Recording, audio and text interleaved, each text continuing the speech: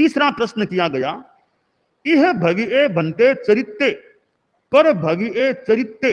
तदुभय भगिए चरित्ते, कि भगवान बनते चारित्र है वह इस जन्म तक सीमित है, आगे भी साथ में जाता है, और तदुभय भगिक भी होता है चारित्र। उत्तर दिया गया गोयमा, यह भविये चरित्ते नो पर भविये चरित्ते नो तदुभय भविये चरित्ते, कि चारित्र है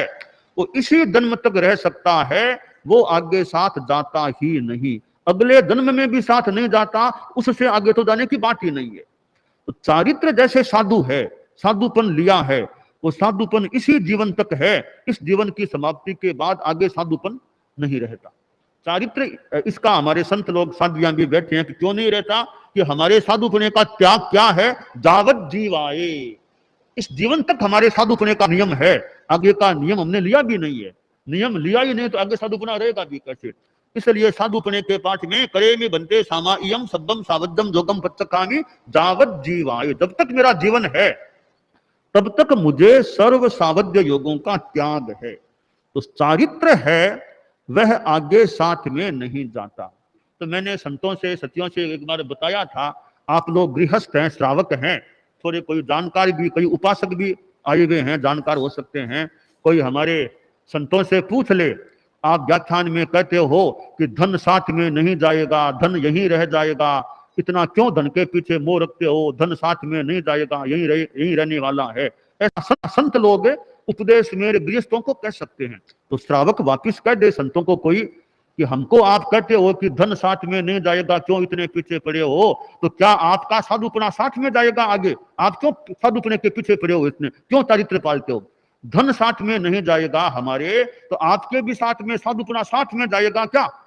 आप बताओ क्या साधुपना साथ में जाएगा। तो कोई जानकार संत कह देंगे साधुपना साथ में तो नहीं जाएगा, तो हमारे धन साथ में नहीं जाएगा, आपके साधुपना साथ में नहीं जाएगा, आप में हमारे में क्या फर्क पड़ा, हम भी धन के पीछे न रहें तो आप भी साधुपने के पीछे क्यों रहते हो, साधुपना साथ तो जाना वाला है नहीं, क्यों साधुपना पालते हो। साधु को कोई कह दे तो वापिस साधु क्या कहे, तो वापिस क्या कहना चाहिए उसका उत्तर मैं बता रहा हूं। साधु को वापिस क्या कहना चाहिए, साधु वापिस यह कहे कि श्रावक जी देखो, आप लोग गृहस्थ हैं, आप में मान लो कोई व्यापार करने के लिए दूर शहर में गया, उसने 12 वर्षों तक के लिए एक दुकान किराए पर ली, 12 वर्षों के लिए दुकान में व्यापार किया, अच्छी कमाई हो गई और फिर वह अपने गांव लौट गया। तो साधु पूछे कि श्रावक जी यह बताओ, जिस दुकान को उसने 12 वर्षों तक के लिए किराए पर लिया था, वो दुकान उसके गांव साथ में आई है क्या, कि दुकान तो साथ नहीं आती, वो तो वहीं रहेगी जहां थी, दुकान थोड़ी साथ में आती है, दुकान तो वहीं रह जाएगी, तो साथ में क्या जाएगा, वो कमाई जो थी वो साथ में जाती है, वो कमाई तो आपके साथ में जाती है ना, अपने गांव में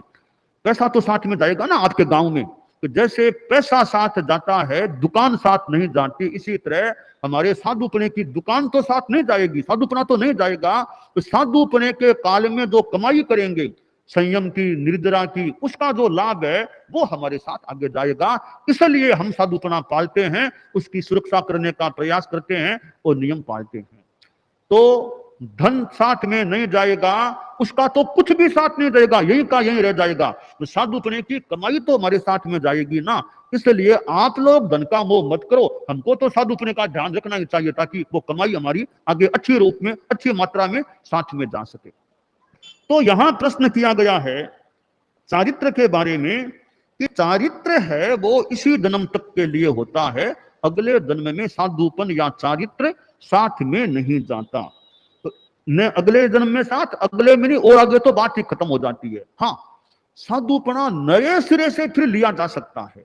उदाहरण के लिए यहां कोई साधु है, साधुपना पाला, जीवन कभी समाप्त हो गया, देवगति में चला गया, वहां से वापिस वह मनुष्य के रूप में जन्म लेता है, वहां फिर वापिस साधुपना लेकर चारित्र पाल सकता है और आगे गति कर सकता है। तो साधुपना यह तो साथ में नहीं जाता, नए सिरे से चारित्र आगे मनुष्य जन्म में वापिस प्राप्त किया जा सकता है। तो